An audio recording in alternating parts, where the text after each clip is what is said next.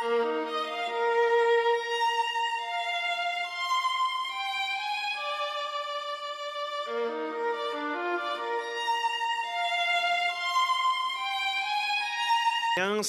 à la réunion numéro 122.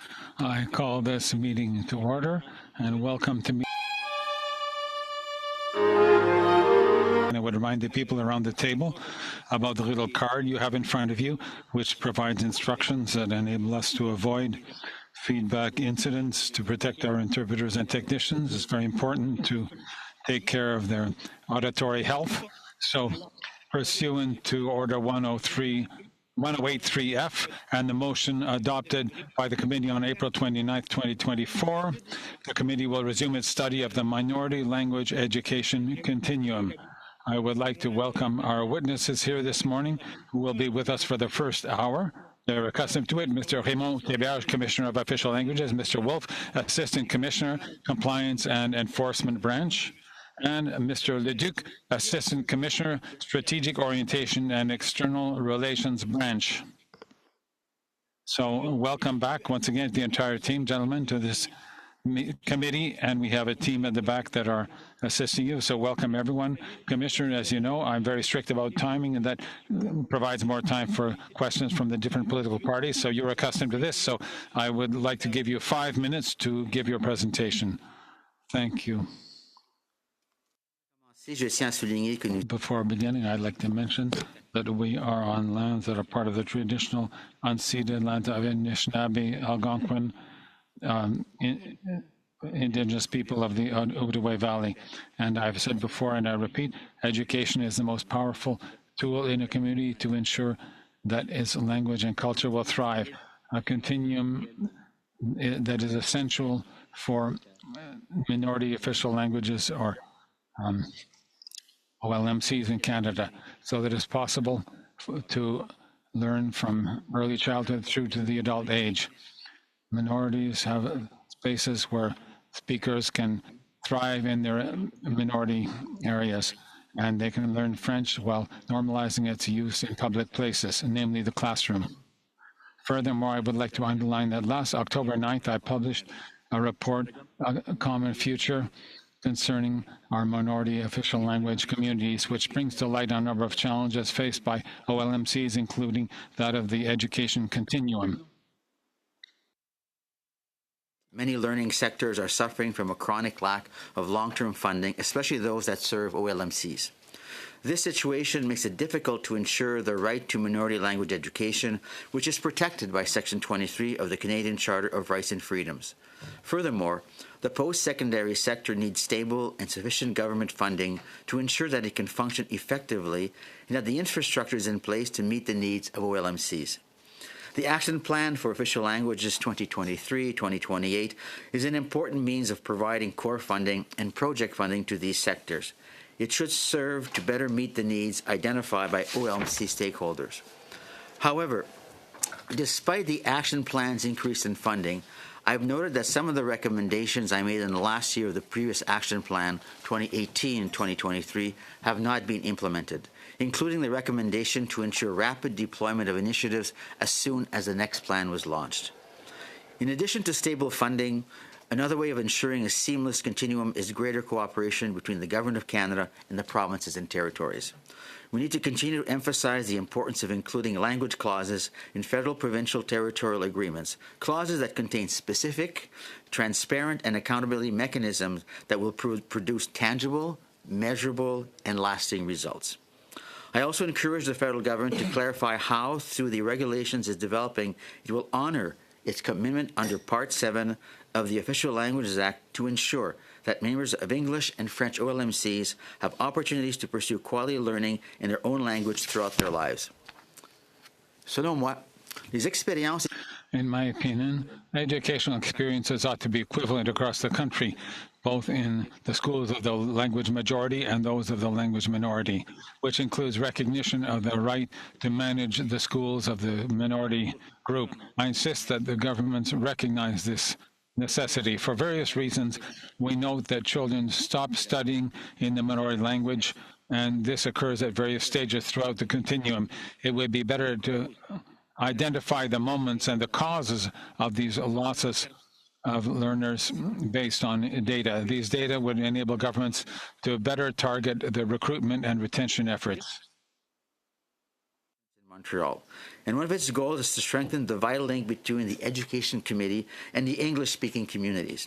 I encourage the latter to continue their efforts to engage with the provincial government and advocate for their rights. English-speaking communities in Quebec are committed to protecting and promoting the French language. In fact, the public French immersion programs they've established have consistently proven their worth in advancing the equality of both of Canada's official languages. This is reflected in the high rate of bilingualism among English-speaking Quebecers. En terminant, j'espère que ces éléments alimenteront... In conclusion, I hope that these aspects will inform you for your discussions and reflections on aspects which are crucial to the vitality of LMCs. Thank you for your attention, and I'm happy to answer your questions in the language of your choice. Thank you, Commissioner. As you know, the next rounds of questions will be 6 minutes for each of the political parties. Interactive questions, and we'll begin with the first Vice President, Mr. Godin. You have the chair for 6 minutes, the floor for 6 minutes. Vice Chair, not Chair. Thank you. Perhaps it's a premonition. Thank you, Chair. Mr. Théberge, Mr. Wolf, and Mr. Leduc, thank you for being here this morning. It's always a pleasure to welcome you to the Official Languages Committee. Commissioner, you made a report on October 24th where you said that the 2021 census gave some interesting information on rights holders, and a few lines later you stated that you encouraged StatsCan to continue to make thorough studies of this because the modern law makes it possible to reestablish the demographic weight of the French-speaking minority through immigration, but we have to make sure that we don't lose the new generations to assimilation through the majority language schools. Finally, I'd like to conclude by saying that we're pleased that the modernization of the Act includes the federal government's commitment to estimate, I've talked about this periodically, estimate the number of children of rights holders. A simple question. How can we be glad about a simple estimate for the next census instead of an actual count? I think ideally, if we were able to really identify each individual and number them, I think it would be ideal. Now, if we have an estimate, an estimation, it will make it possible for us to better situate where the rights holders are. It's very important to be aware of where the rights holders are. What has happened in the past 20 years or the last 30 years is that there have been migrations just about everywhere in Canada. There are some places where 20 years ago there were no French speakers and now there are French language schools. So it's very important for us to be in a position to provide access to schools where the rights holders are. And a lack of access leads to assimilation because there's a breach in the continuum. People leave the schools at one point during their learning process. Thank you, Mr. Théberge. I understand, but you are talking about a battle that we had here in 2021. We had a discussion about that, numbering the speakers, and you're pleased that the government, you're content with the government being on the right track, but I think we could have intervened more strongly than that. But Mr. Théberge, you mentioned that the accessibility of schools, with the experience you have, quite simply, if we build a school, a Francophone school, in a minority official language community, what happens? What is the impact on the community? Well, of course, the school will be filled automatically. Right away, we have to add portables because there's no room at the schools. So for a community that opens a school for the first time, a French language school in a minority community, it becomes a gathering place for the community. If we want to talk about the community side of these schools, it becomes a space where community members can interact, they can socialize, they can have activities in their first language. The schools are at the heart of the community. And for more than 50 years, we've been working to create these schools in our communities. It becomes the focus of the community. Mr. Théberge, once again, it's not a lack of clientele, it's a lack of infrastructure. We need to speed that up in order to save French in minority language, French-speaking communities outside Quebec. Absolutely, in all the provinces, we note that there is a shortage of schools, a shortage of institutions. If we don't have enough institutions at the high school level, people will leave to go to the nearest school. You just have to look at what's happening in British Columbia, a good example. Supreme Court decision that there was a glaring need for new schools. And I would say that this is the case practically in all the provinces. Now, Commissioner, if we want to talk about the Supreme Court, in the same report I cited earlier, you mentioned your intervention before the Supreme Court in the Northwest Territories case versus culture and training of the Northwest Territories. The court canceled some measures for the parents of students that are not rights holders, and the Minister of Education, Culture and Training ought to have considered the value of Section 23 in the Charter in exercising its decision-making. What are the positive or negative consequences of that decision?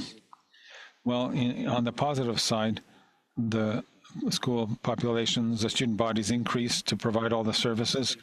What we observe in communities where there is a fairly intense contact between the languages, for example, in Yellowknife, it results in positive interaction between young people in both communities. It has an impact on the learning of French, and French has a greater presence. The danger, of course, if you want to talk about the effect of English on people, that's one thing, but in a minority context, you have to spend the most possible time in the minority language, in the classroom. Would you say that other levels of government do not have the same will, in other words, to increase the second language presence in OLMCs? 10 seconds. I would say that it's not a priority for some governments, because historically, we had to frequently go before the courts. They had to go before the courts frequently for education, to set up schools, and so on. It's been a long time since. Thank you, Commissioner. I did stretch it a little. So now, Joël Lightbound for the Liberal Party, 6 minutes. Thank you, Chair. Thank you, Commissioner, for being with us today with your team. I'll continue along the same line of thinking as my colleague, Joël Godin, that shares the name with me. You talked about a shortage of infrastructure, physical infrastructure, and also human presence. There's a shortage of both teachers in French in the places where French is the minority language, or teachers for early childhood or monitors for early childhood. You've gone across the country and you've studied this issue now for at least 7 years or more with your previous background. But what are the places in Canada where it's really being done well? Is there a province or a place where it's being done well, where the continuum is being maintained? Is there one example you can think of that would be a model that we ought to reproduce throughout the country, that is a commitment from the province and locally, and that the children are rapidly taking into school and continuing their studies in French? I think you have to be cautious when we talk about the best model. It's because our communities are so different from one another. If we look, for example, at New Brunswick, where a third of the population speaks French, the Acadian community, there's a critical mass, not only for primary and secondary, but also Moncton University, where it's possible to have a continuum. And even there, for example, we have child care, daycare for early childhood. Ontario, with its language policy a few years ago, they found a way to increase the 12 school boards. And there are a lot of lessons to be learned for primary and secondary. And where we have challenges is often at the post-secondary level. For post-secondary, often it requires a critical mass in the sense that if there are not enough students and not enough programs, it becomes a vicious circle. So to me, it's important to If we want to talk about the continuum, it needs to be adapted to the situation in Manitoba. We have 2% of the population. However, the DSFM is doing an excellent job for the primary and secondary schools. If we want to talk, for example, about the Quebec Anglophone community, if we want to talk about the continuum, here, for example, we can see that it's a province where the community, even though right now there seem to be certain challenges, they have schools at primary and secondary level, and of course the universities and CEGEPs, Concordia, McGill, and Dawson College, and so forth, are in place, even though right now there are certain issues. I think that we need to develop a model that applies to each community in New Brunswick or British Columbia. It's not the same as BC or Alberta. Is there an ideal model? Ideally, somebody should come out of the hospital when they're a baby and right away integrate into a French-speaking daycare and work their way through the whole system. And the same thing in Quebec. If it's the English minority in Quebec, it's the same thing. But the reality is that's not how it works. There are gaps in the system.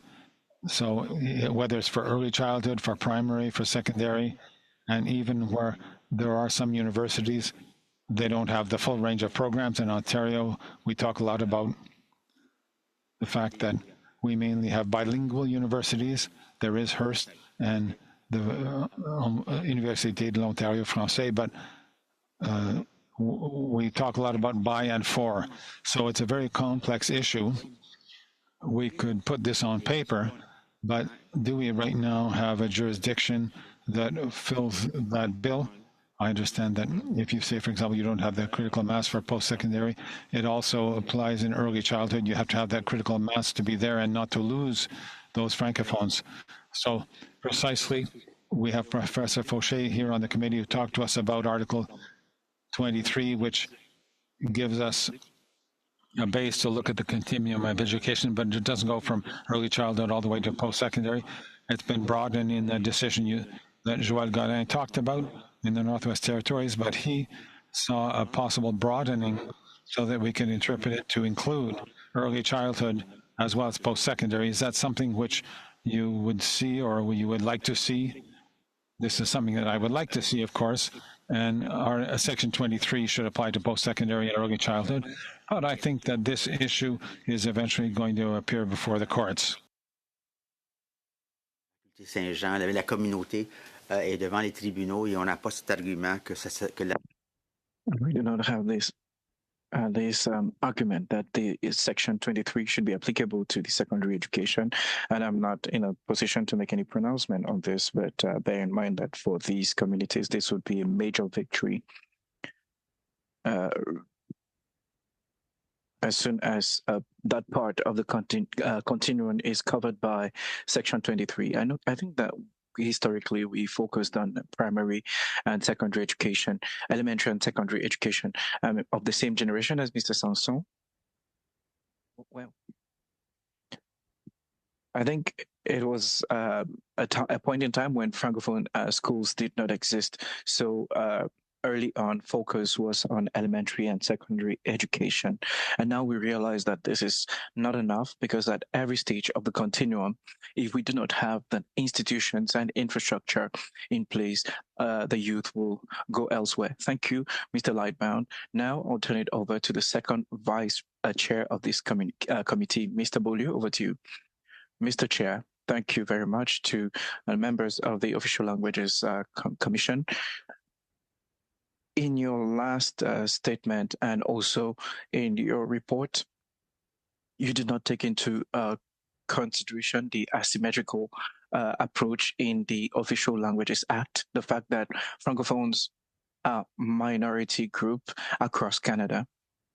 French is the language under threat in Canada or in Quebec and not English. For instance, when you mentioned that you support the Anglophone community with regard to the new laws in order to better distribute funding, in order to establish some form of equity for funding directed to French and English school boards across Quebec. I mean, on what grounds do you base this approach? clearly, when we talk about asymmetrical application, unfortunately, there's not enough regulations yet to enforce this. But I think that in that section, we acknowledge the existence of two official language communities across Canada in that act. Yes, that asymmetry is acknowledged, but at the same time, Section 7 mentions that there has to be measures to support French in Quebec. Yes, but that does not mean that we shouldn't have measures in place to support other communities. So in right now for such CEGEPs, the funding for Quebec, there's twice the amount of spots available than the and funding than the proportion of Anglophones available. You agree, and you're against the fact that the government of Quebec should have oversight over this. Well, it's not that I'm against that. The idea is the lack of consultation with the community, the fact that it's imposed. I was talking about the report from Mr. Dubreuil, the commissioner for the French language in Quebec, who was talking about stepping up the percentage of French language teaching secondary level. However, he talked about doing it gradually in consultation and with post-secondary institutions. So he's suggesting placing a cap on, or rather extending the number of spots available in CEGEPs. So if you're evolving on myths that are spread about the Anglophone minorities, but when I'm talking about one of the main challenges of that language is that they do not perceive the value of the French language. You acknowledge QCGM as the community representing the Anglophone community in Quebec, QCGN. And when this clause-by-clause review was happening, they were happy with the fact that the notion of French as a common language in the bill was defeated. And it appears in one of its communications. It says that they paid attention to the connection between language and nationalism as well as ethno-linguistic communities. Do you agree with this? I mean, when I'm not talking about QCGN, I'm talking about the fact that we conducted a study with the Quebec community in terms of the perceptions of both communities. And clearly, what stands out is that what people think is not necessarily what is articulated by certain spokespersons. What I think it's important here is to remember that the Anglophones in Quebec want to be part of the Quebec society and they want to contribute to that community. Our study clearly demonstrated that sometimes there's a common that is found. Well, I think that it's easy to state that because the federal government is supporting QCGN, acknowledges it, and also acknowledges them based on as representatives of Anglophones in Quebec. They are opposed to the notion of French as a common language. They've spread quite a significant wave of disinformation, which we talked about, like access to healthcare, Bill 76, which has nothing to do with access to healthcare. And in Montreal, Francophones are the ones who have a hard time accessing healthcare in French. So I find that there's a bias, and you simply came up again with the same cliche that the Anglophones are poorer than the Francophones, whereas there's some mix up here. You've already made that declaration here, and I asked for data, and I think your data was saying it's more or less equal, but you're using the median here. Whereas if we look at the working language, the fact that you work in English in Quebec, it's about $15,000 more in revenue that you'd secure. But when you look at the indicators that circumscribe the historical Anglophone communities, you see that it's even higher up the ranks. So while doing this, do you think that you're truly contributing to improve the situation of French in Quebec? Well, as Commissioner for Official Languages, I'm here to defend the interest of both language communities. Obviously, the situation of Francophones outside Quebec is something that is completely different from that of the Anglophone community in Quebec. There are significantly different differences, and the communities are not alike, and they're spread across the 9 provinces. So the fact that French is under threat in Quebec, you didn't take that into consideration. Of course, we did. So in 10 seconds, please. So it is not by taking away the rights of someone that you're not going to promote those of another person. So for you, it's about anglicizing the province of Quebec. Thank you, Mr. Beaulieu. Your time is up. Thank you, Mr. Commissioner. Mr. Canning, over to you for 6 minutes. Thank you for being here today. To the witnesses, I'd just like to, we're talking about the continuum of minority language education services, and I think Monsieur Lightbound spoke to this, but I'd like to continue that thing about the earliest part of that education in childcare situations, preschool, if you will, as well. And I know my colleague Leah Gazan, the MP for Winnipeg Centre, introduced an amendment to Bill C-35 that supported the availability of minority language childcare across Canada. So if you're a Francophone family in Manitoba or British Columbia, it would be good to have childcare available in French, for instance. And I'm just wondering if you could further comment on that and what that provision in Bill C-35 might mean to that situation. It means a lot in the sense that the earlier one starts learning in his or her first language, the greater the chance of then continuing the education in that language. The issue we have when it comes to early learning is we have, one, a lack of spaces, and two, we have a lack of staff to be able to provide the services. It is key. In many provinces, we have what we call l'exogamie. I don't know how you say it in English. Exogamy. Exogamy. Numerous couples who are linguistically mixed.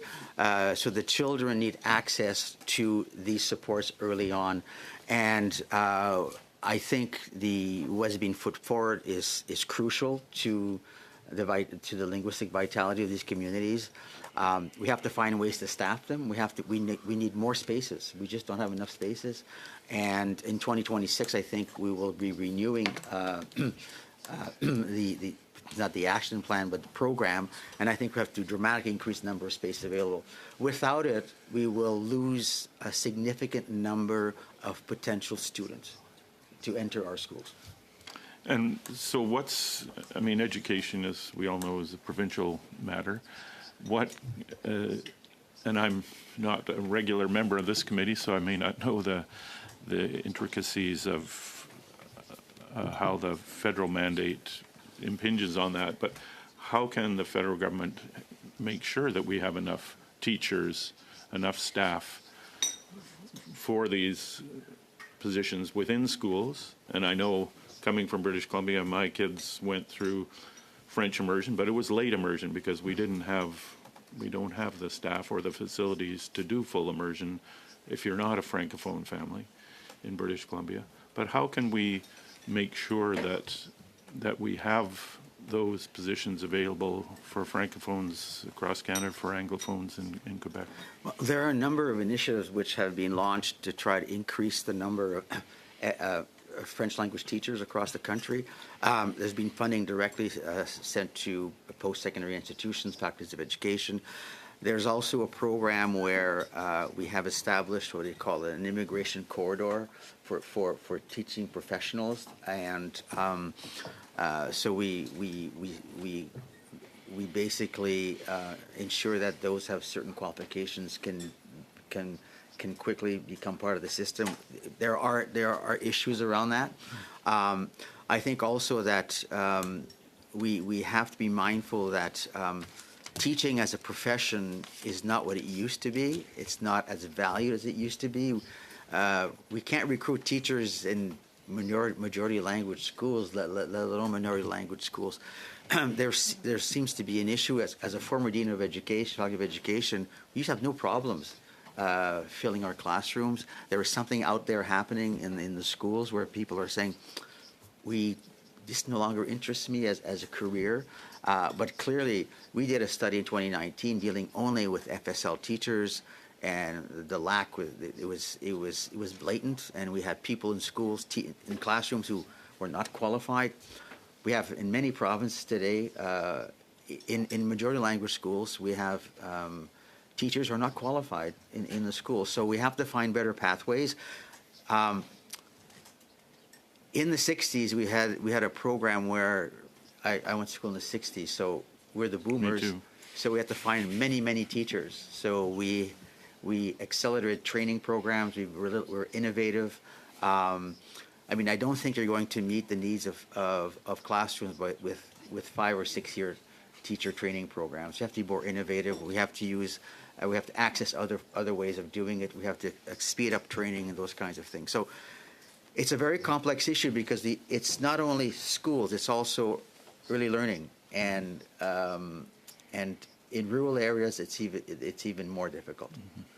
So it has to be, and the federal government, when it comes to minority language education writ large, has programs in place to try to support this, but we have to find the candidates, we have to find the people to be part of those programs. Mm-hmm. Thanks, Mr. Canning. Thanks, Mr. Theberge.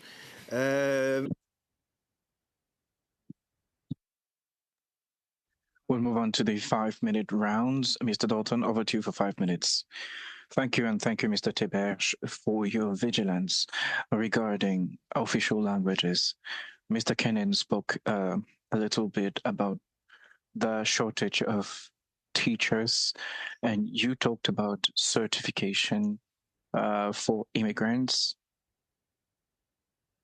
D'autres métiers. But we find that in other professions, such as in health and other domains, it's really hard for immigrants to join those professions. You talked about the fact that there are a number of challenges. Could you please further expatiate on that? And to talk about the qualifications, qualifying these teachers into the profession, are the qualification criteria too high or too low? What's the challenge? Very often in the Canadian context, when I was at the Cabinet of Ministers of Education in Canada, we used to talk about acquired skills and education, and we said we would ensure that each person who was qualified would be able to get to the classroom. But what happens is that very often the teachers' orders set a number of criteria as to who accesses the profession. That's on the one hand. And on the other hand, for those coming in, it's important to receive training on the context in which they will find themselves, in which they will work.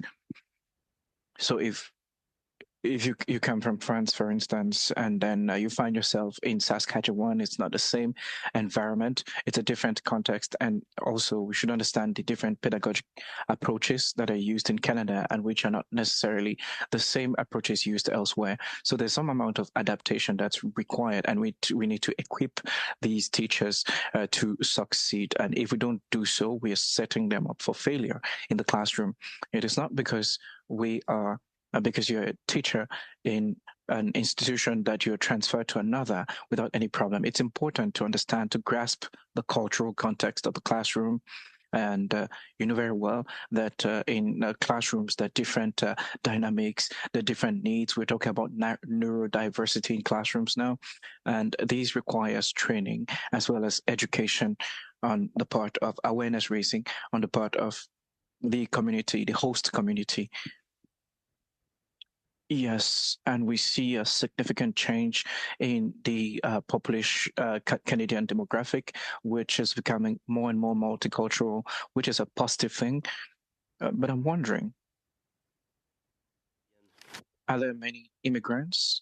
They're coming in the millions, and people coming in who are French speaking as they arrive. But what we realize is that we had a study on the declining situation of French in Canada. Now, with the changes in occurring in Canada, I know that yes, immigrants come from French-speaking countries as well, but the proportion is not as much as what we already have. Can you talk about the vitality of French, especially outside Quebec? Do you want to talk to us about, of course, if you want to talk about the situation of the French language in Quebec, you're free to. Now, you're probably making reference to the part of the bill where we want to restore the proportion of francophones outside Quebec to 6.1%. And that the tool that we recommend is immigration. And from 2003 to 2023, 2024, government has only reached its target once, and that was in the last year of the program. It's one thing to set targets, be it 6, 7, 8, 9, 10, or even more, but it's another thing to have all the ducks lined up and all the infrastructure to support those people. When you have immigrants, it's very complex. You leave a country and you get to another country where there's a community to host community. It's important to have programs to ensure employment, housing, education, etc. So it's not enough to just say, well, we will recruit X number of people who are French speaking or English speaking. We need to have all the supports in place in order to assist them. And in minority Francophone communities, this is even more important to ensure their employability through access to education. Otherwise, they'll leave for the major city centers. Thank you, Mr. Commissioner. We extended the time a little bit. You're lucky. Ms. Koutrakis, over to you for 5 minutes. Thank you, Mr. Chair. I will share my time with my colleague, Mr. Daryl Samson. So I have 2.5 minutes because Mr. Chair is kind of really strict on time. So the government of Canada entered into education agreements with provincial and territorial governments. These agreements have a direct impact on the functioning of Francophone school boards. Do you think that provinces and territories are doing enough for education in minority official languages? And if the answer is no, how can they do better? Please. I think the answer is that you can always do more. But that being said, in the provinces and territories, there is a reflex that's been created when we talk about minority language education, whether it's for the federal government to get more funding. But sure, there are additional costs for Francophone minority education. That's clear. But the role of the federal government is to offset the differential costs. So the role of the federal government is not to pay, for example, for teachers that are necessary regardless of, which teachers, but that is an additional cost. So I think the important thing is that the provinces and territories acknowledge their role. It's their field of jurisdiction, education is. So they have to contribute above and beyond just simply the basics. And I think, I'll give you an example. Earlier, we talked about Ontario with language policy a number of years ago. There were substantial investments in education, and I think that all the governments ought to invest in their communities. Thank you. Well, Commissioner and your entire team, thank you for being here. I don't have much time, so I'll have to move forward quickly, and we'll have to get quick responses. So the same thing for the model school board in Nova Scotia, because we were the first school board to have the 4-year program that enabled preparation for school. But the following, whether French language education is a right or a privilege, and can that right be violated or broadened? Both. So Section 23, in my opinion, does the continuum broaden or remove that right? the fact that we mention the continuum for preschool and post-secondary under C13, does that broaden Section 23? It could do so. Very good. The fact that we have school board management, does that give more rights or does it remove rights? And now I would like to go to the more pointed response. If we don't have access, does that violate our rights? It violates the right. So if there's no infrastructure, does that violate our rights? Absolutely. If there's no financing, absolutely. If there's no language clause, absolutely. Can one lose one's status as a rights holder? The answer is yes, because after 3 generations, you wouldn't have access. So my question to you is whether francophones, whether their rights are violated because there's no infrastructure, there's no access, there is not enough people, and they don't have a language policy that the provinces has to follow. Should we contest that in court? Well, it has been contested in court a number of times. So, in fact, a number of the areas of progress made in recent decades were on account of the court decisions that advanced the education file. Before that, there was nothing that really moved before 1989. I think where we are today is that we have a system in place. I recall when there were no students in the Francophone schools, they didn't exist. There were 150,000 outside of Quebec, and it was growing. But when we talk about minority situations, one can never be satisfied with the status quo, because the status quo is automatically backtracking. It will be backtracking. We're talking about thriving in Article 7 of the Act. It's the thriving. It's not just to maintain. We want to grow. We want stronger, more dynamic communities, and that will continue and will require investments, because the context in which we live is continually changing. Well, the right to manage schools and the right to funding, in my opinion, is in question. So those rights are still being violated today. Thank you, Mr. Sanson. Mr. Beaulieu, you have 2.5 minutes.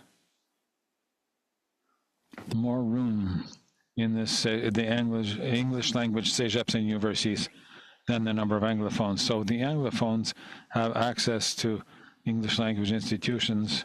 We can accept that that's a right.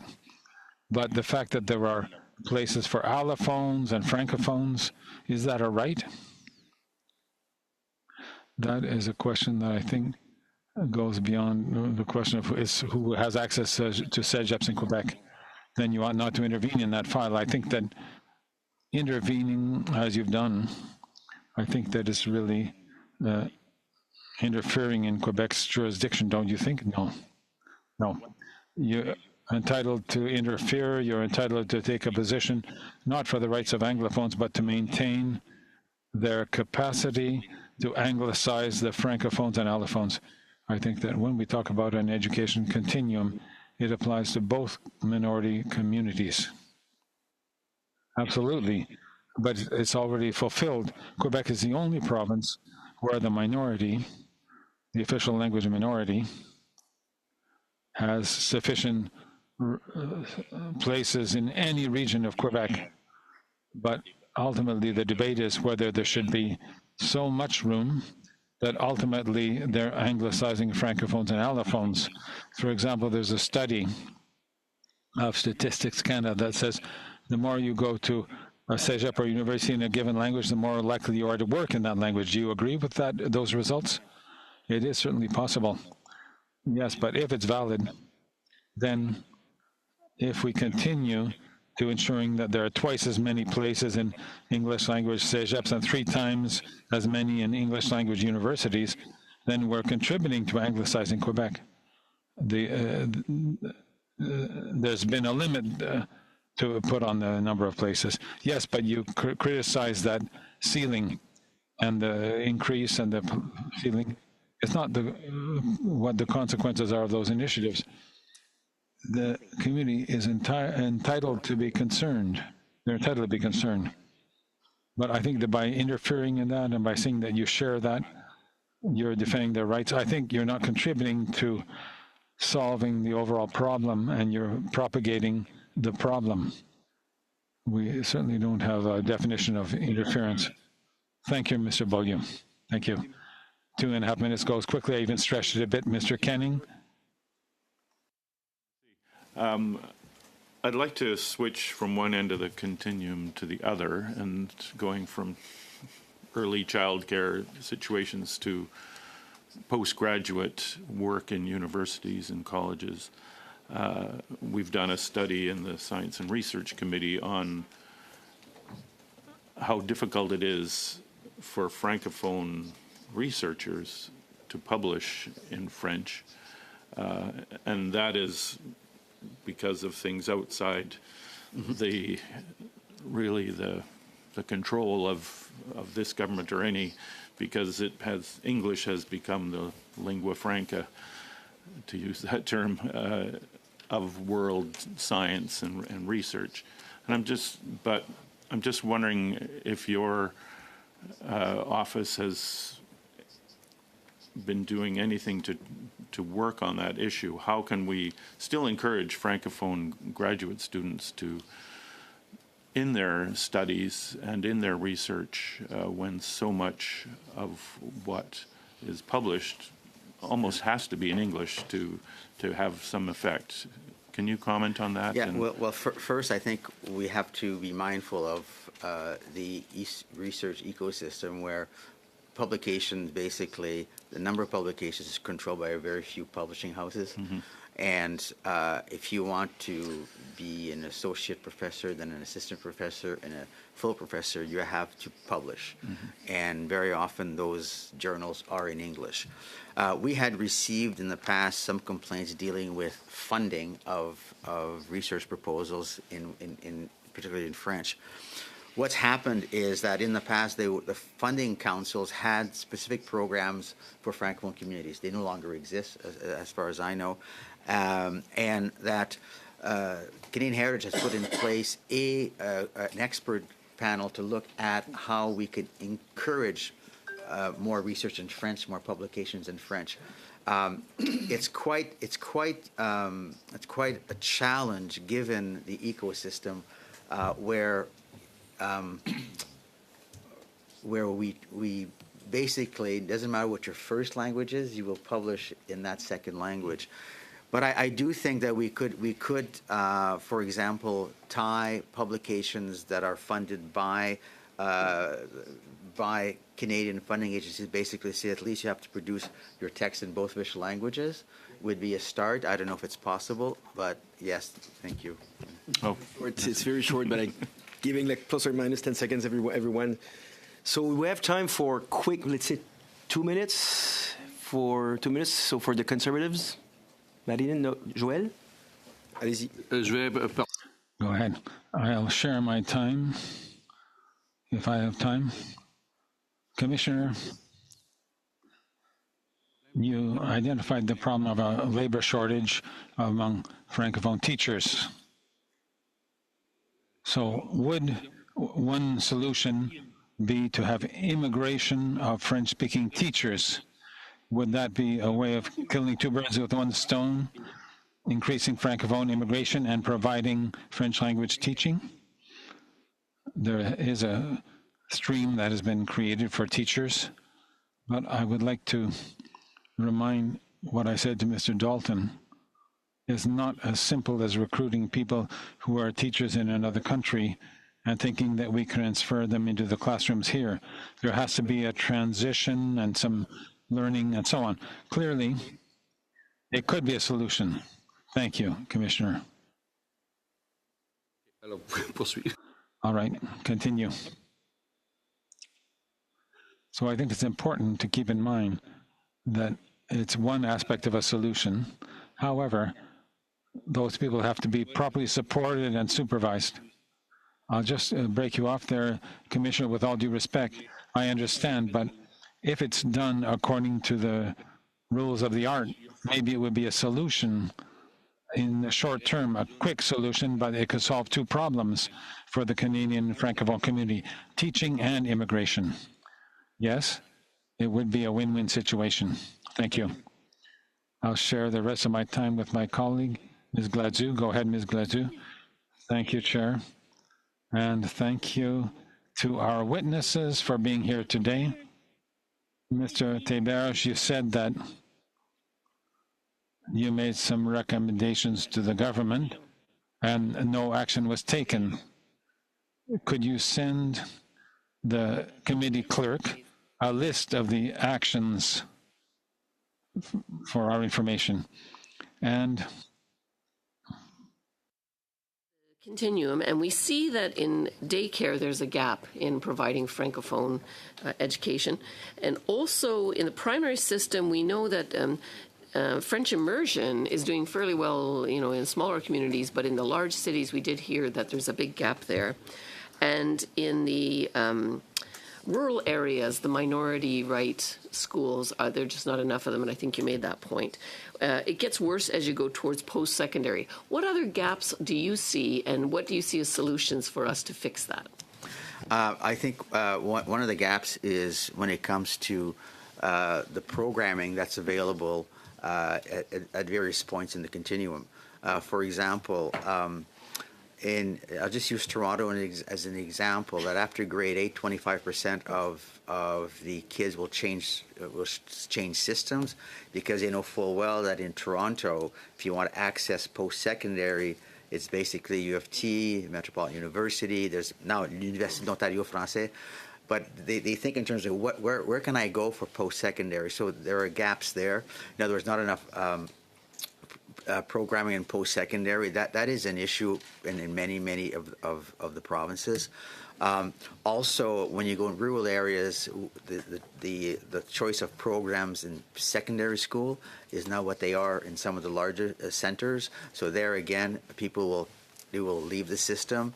And if you go right at the beginning of the system, in terms of childcare, if there are not enough there are not enough childcare spaces for the minority, the kids then go to Anglophone daycare, and often they don't end up going to the French school. So there's gaps everywhere in the system.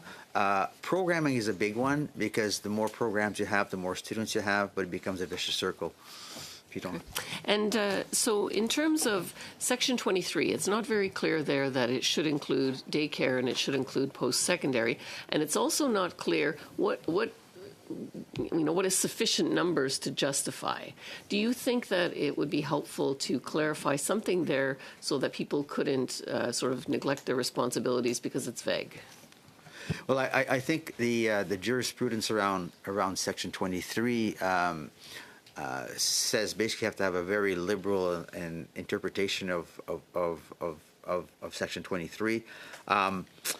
People have been advocating for quite some time now in terms of specifically post-secondary, and should be part should be covered by Section 23. And now in the last while we talk more about early childhood. Ideally, Section 23 would cover all the bases, and it would cover the continuum. Merci, Monsieur Théberge. thank you, Mr. Théberge and Madame Gladue. Mr. Sanson, 5 minutes. 5 minutes, okay, thank you.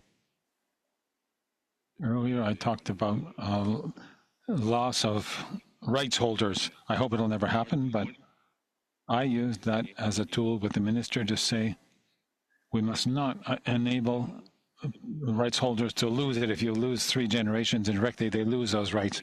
I think we could add an exemption to that to stop that issue. And I'm touching a bit on what was said earlier by the fact that our students leave after grades 7 or 8 in some schools. Our rights are violated because the services available are not up to scale. I would like to raise one important question.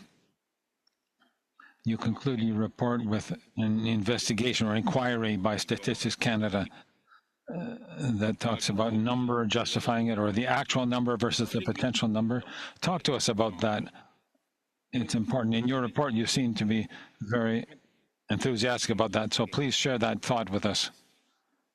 I don't know if I was excited by the Statistics Canada report, but no, by the results, not with the StatsCan.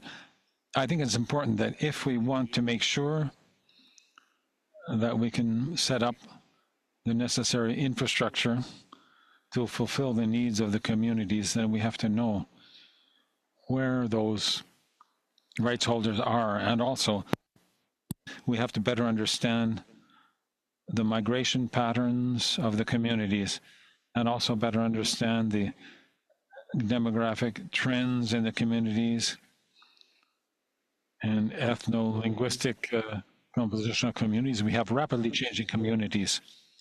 When we were young, our communities, I think, they don't necessarily exist now. We have to know that reality to adapt to that reality. Frequently, the question that I was asked when I was responsible for school boards is, where are they? Where are they? That was the whole fundamental issue.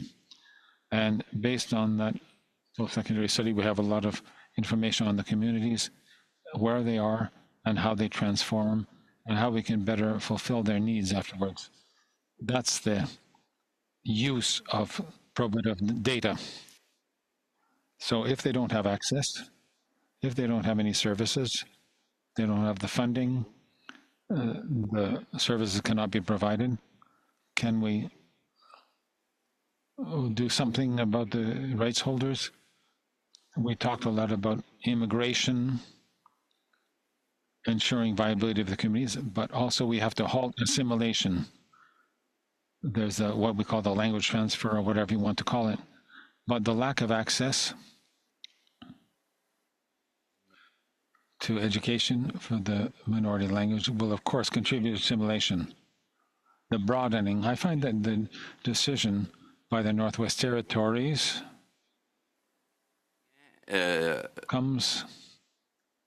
brings something special concerning the lawyers who are going to contest that. In other words, this reflection about the vitality of the community. Talk to me a bit about how you see that. Well, what that decision demonstrates is that the community sees itself a certain way. The community sees itself as inclusive, and the community sees itself as best positioned to judge, to decide who ought to fit into their schools. You know as well as I do that all the school boards have their own policies about admission to minority schools. Thank you. And I'll conclude by a question, because you'll be concluding your mandate soon. If you wish for one thing, if you were to give the magic wand and say that there was one thing that we need to complete in order to improve French language education, which is the key to the society, what would it be? Well, I think that if I had a magic wand, I would like to broaden Section 23, which affects the entire education continuum. Thank you. 30 seconds I'm left. I was surprised to see you break off with 30 seconds left. Too late.